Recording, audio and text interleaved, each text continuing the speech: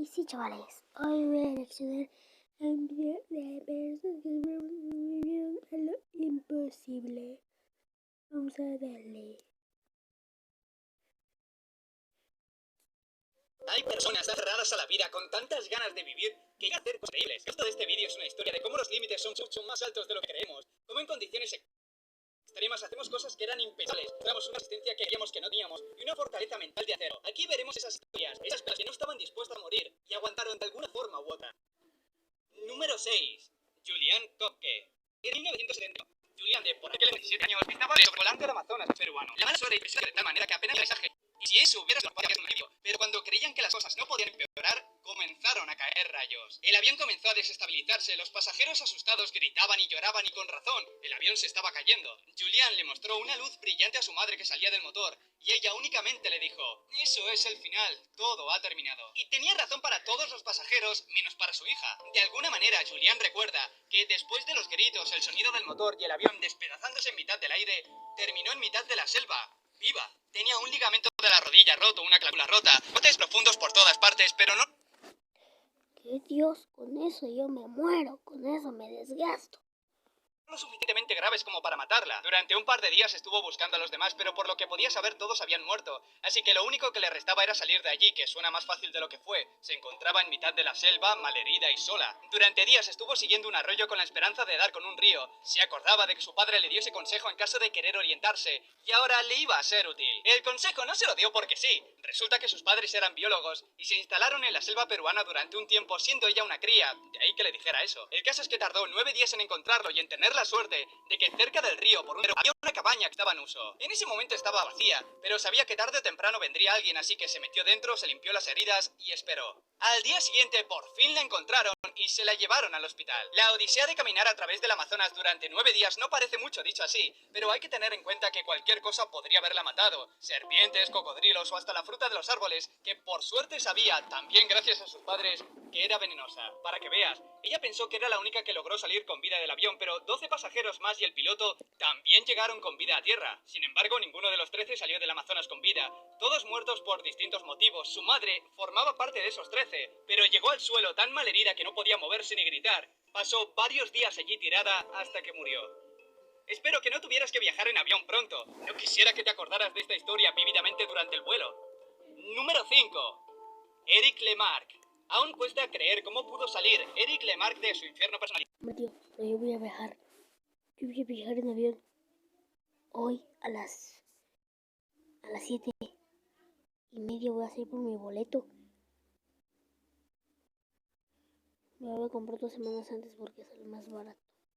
Del que le dejó sin ambas piernas y marcado para siempre. Eric, un exjugador de hockey profesional, al retirarse y empezar una rutina menos emocionante que la competición, encontró en el snowboarding una motivación, un hobby en el que podía centrarse, un hobby que casi le mata. Un día en la montaña, haciendo snow como de costumbre, vio que los de seguridad estaban despejando las pistas porque se acercaba una tormenta. Eric, adicto a la adrenalina, lo ignoró y pensó que le daría tiempo a hacer un último descenso. Una decisión muy mala, como pudo comprobar enseguida. En mitad de la bajada, la niebla le bloqueaba la visión y sencillamente se perdió. Recorrió un camino largo a ciegas para terminar en un lugar que ahora no reconocía, donde nadie le oía y no sabía cómo volver. De hecho, no sabía cómo salir fuera a la dirección que fuera. Su primera idea fue quedarse esperando y con suerte podrían encontrarle, pero viendo que el frío terminaría por matarle antes, cambió el plan. Empezó a caminar montaña abajo, bebía un poco de agua en un río, pero con la mala suerte de caerse en él, lo que combinado con el frío que hacía no era lo mejor que podía pasarle. Al día siguiente sus pies estaban ennegrecidos, se estaban congelando, pero aún con esas, siguió caminando sin tener claro a dónde iba. Cada día era una lucha por aguantar, por seguir adelante.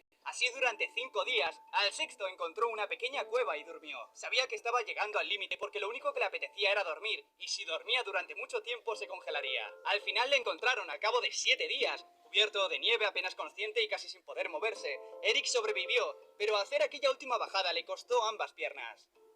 Número 4. Aaron Ralston.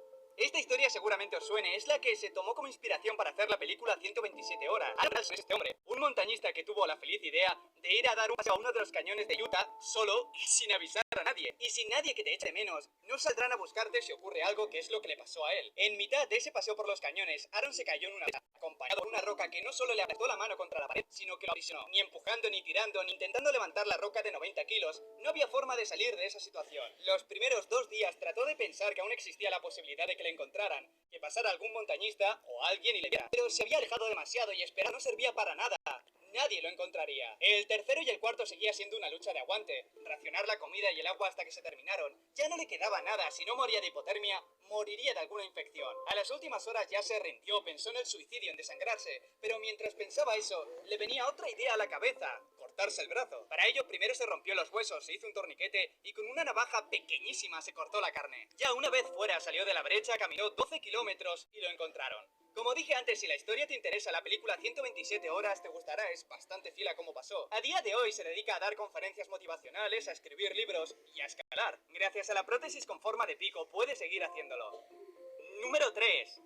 Douglas Mawson. Fue hace más de 100 años cuando Douglas Mawson experimentó los límites de su cuerpo y su mente. En 1912, en la Antártida, Mawson salió con un grupo de exploradores y con todo el equipo, incluyendo 12 perros y trineos. 90 días después, regresó solo y con la imagen que trae una persona que ha sufrido mil miserias. La expedición tenía como objetivo explorar y mapear la zona. Mawson contó cómo los ánimos de sus dos compañeros, que al principio estaban llenos de energía, se decayeron a las pocas semanas, pero eso era peor. Durante el viaje de regreso fue pasando desgracia tras desgracia. Primero Ninis, uno de los dos compañeros, cruzó sin darse cuenta una zona agrietada, muriendo irremediablemente en la caída, junto con sus 6 perros y gran parte de la comida que tenían. Sin esa comida, Mawson y su compañero tuvieron que alimentarse de los perros que quedaban, pero aquello trajo algo peor. Haber comido demasiado hígado de perro los enfermó, pero Mawson aún se sostenía, mientras que el otro ya apenas podía pensar con claridad. Y no tardó mucho en morir. Ahora estaba solo, habiendo visto morir a sus dos compañeros y sin comida. En esa condición tan apetecible, aún tenía que recorrer 160 kilómetros. Finalmente, después de mucho sufrimiento, lo logró, aunque cuando llegó a la base aún tenía que permanecer un año en la Antártida.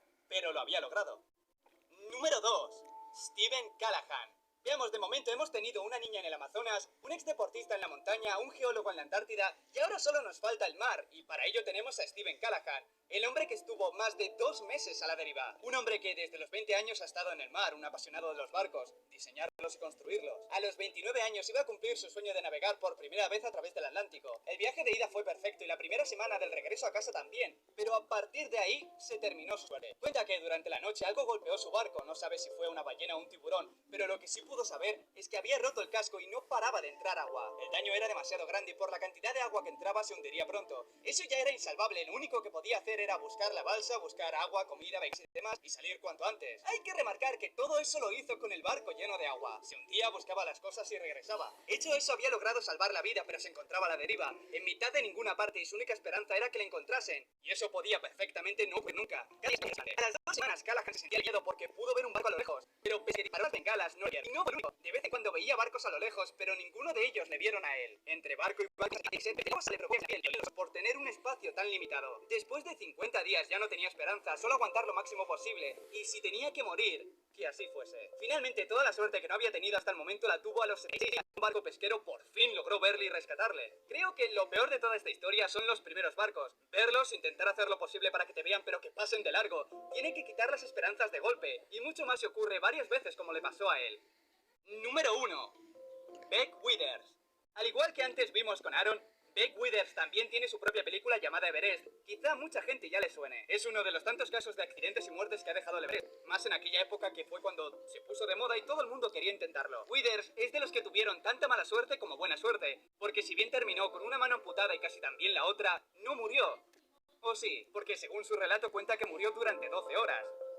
Veamos, esto ocurrió en el año 1996. Una tormenta golpeó a un grupo de montañistas durante el descenso, dejándolos aislados, agotados, el suministro de oxígeno se terminó y la niebla provocó varias caídas al vacío. En total dejó 9 muertos, de los que se habría sumado Beck si no fuera porque regresó de la muerte, o mejor dicho, del coma hipotérmico. Sus compañeros le vieron tendido en el suelo casi cubierto de nieve y sin moverse. En aquel momento lo dieron por muerto porque era imposible que aguantara así. Tan seguros estaban que incluso se lo dijeron a los familiares. En este punto, no se sabe cómo, no se sabe por qué, pero Beck se levantó y con el cuerpo congelado y prácticamente cegado por la niebla y la hinchazón de los ojos, bajó lentamente hasta el campamento. Los demás lo miraban con miedo. Por un momento pensaron que era imposible y encontraban más lógico que fuera un fantasma. Después de esos primeros segundos que no sabían qué pensar, se lo llevaron al hospital.